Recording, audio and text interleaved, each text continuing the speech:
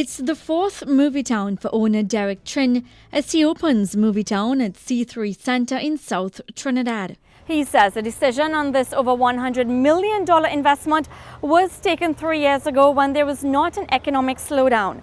In this next interview, he talks about this latest investment and the risk involved given the state of the economy. It's an investment that you would have obviously ruled out before the country was hit with an economic slowdown. How do you feel opening another cinema right now, given what's going on in the economy?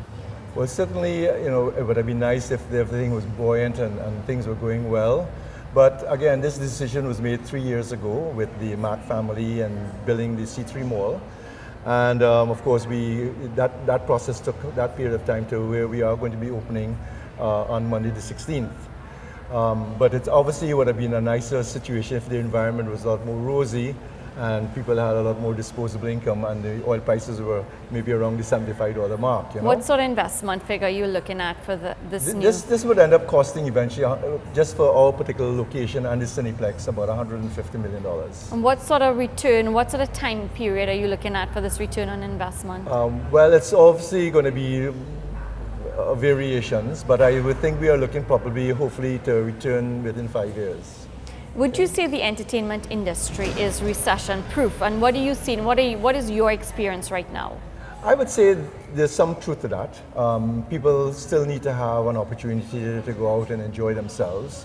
I mean, the movie-going experience is about running away from the negatives and maybe spending 2 hours just trying to relax and enjoy yourself. And a lot of people, they find that very attractive. So I would say that, yes, to some extent, that we haven't seen a major drop-off. People, again, this is all product-driven. And if it is that there are good movies, then, we do very well.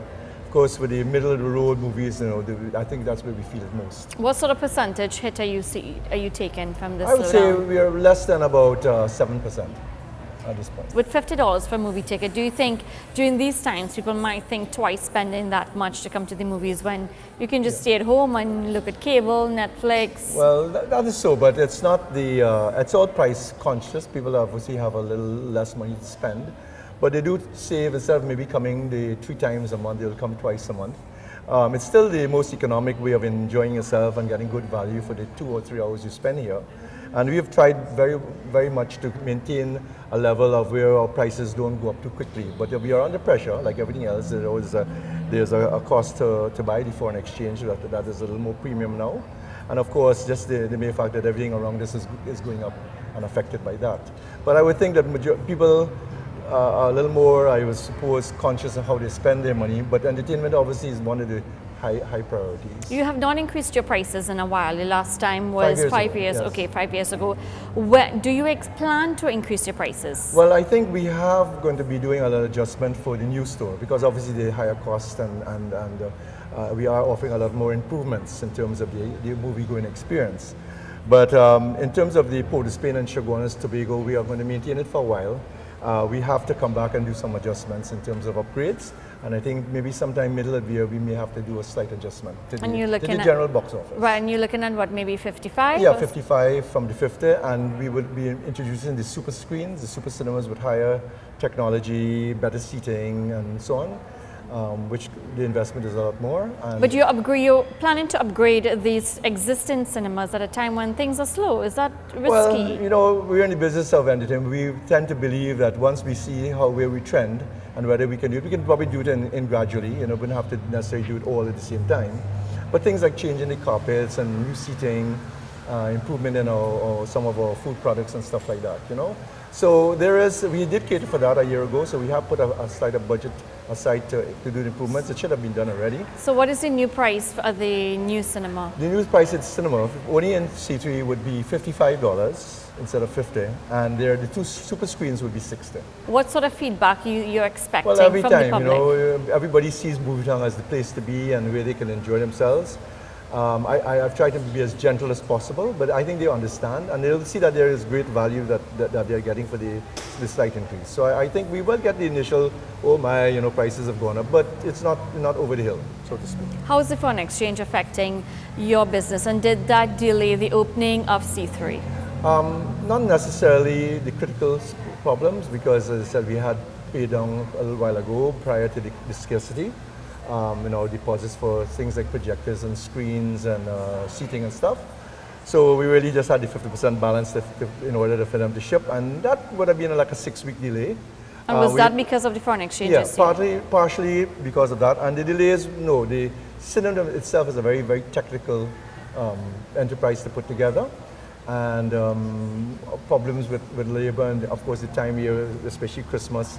We had a lot of difficulty getting workers to come out. So foreign exchange was not the main reason why it was delayed? No. It was one of the reasons, but not the main reason. Mm-hmm. And then the banks realized the size of the investment.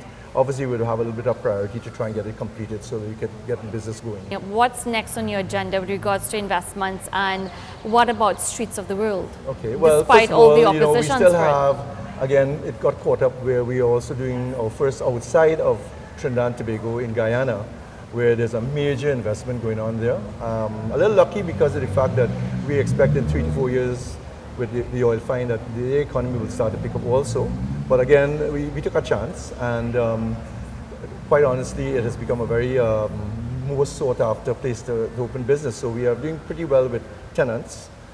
We expect to open that in around August, September of this year.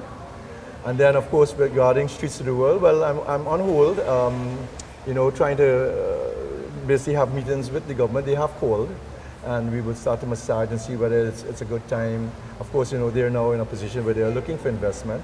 And once they sort out all the so-called controversies and realize there was nothing there, a lot of innuendo and misinformation, they will realize how wonderful a project could be and what it could do to the country. What kind of investment are you looking at for Streets of the World now, given the fact that prices are going up as well? Well, Streets of the World is a totally new project. It has to be probably re-engineered. Ideas keep changing by the day. But I know, given what we've said already and what it will do in terms of becoming the ep1 of the Caribbean, where we would certainly be promoting Carnival and our culture and the steel band movement and so on in a professional way, I think that I can attract investments still. Because, we don't necessarily plan for today and a few days tomorrow. We plan for 5 or 6 years into the future. So you're hoping by that time when it opens, we would not be in an economic slowdown? We've gone through this many times. Since the 80s, we've had two situations like this. The idea is not to panic, to look at where. But what are your initial projections for a project like this right now, given price conditions? Well, in terms of Streets of the World, it will just be discussions at this point in time. The monies that we had put aside 3 or 4 years ago is now being committed to San Fernando and to Guyana. So you basically have to start from scratch. I have to start from scratch. And you have to look for investors. That's right. So it's getting investors to be interested in this project at this particular time, right. if approvals are granted. Yeah, and there are a lot of people who were there before, they've moved on, but they're still very much interested. When you make further headway, come and talk to us again. And there will have to be some foreign investment involved in that too. Now, in all the years that you've been in operations, has this period, is this the hardest that you've been hit? The cinema has been hit in terms of the slowdown in sales as well? Yeah, well, of course, there's more competition now. As you mentioned, the home viewing, and then there's the South Park and Caribbean cinemas. So I would say we have to fight a little harder. We haven't lost our position as number one, but certainly I would say that the numbers overall have sort of got a little softer. And some of our big movies, again, whilst we do all right and we make a profit, it's not doing the kind of blowing us out of the water kind of thing. Do you have to scale back in any way at all? We haven't actually. I think we're one of the few companies in Trinidad that are actually hiring people. As you know, each Cinepex is about 120 people, and the one in San Fernando at C3 is going to require that. And we have had 2 job fairs this week, because still trying to get people to come out and to get a job. When we come back, we talk to 2 fishermen on how they're managing during this economic downturn. Money Matters will be right back.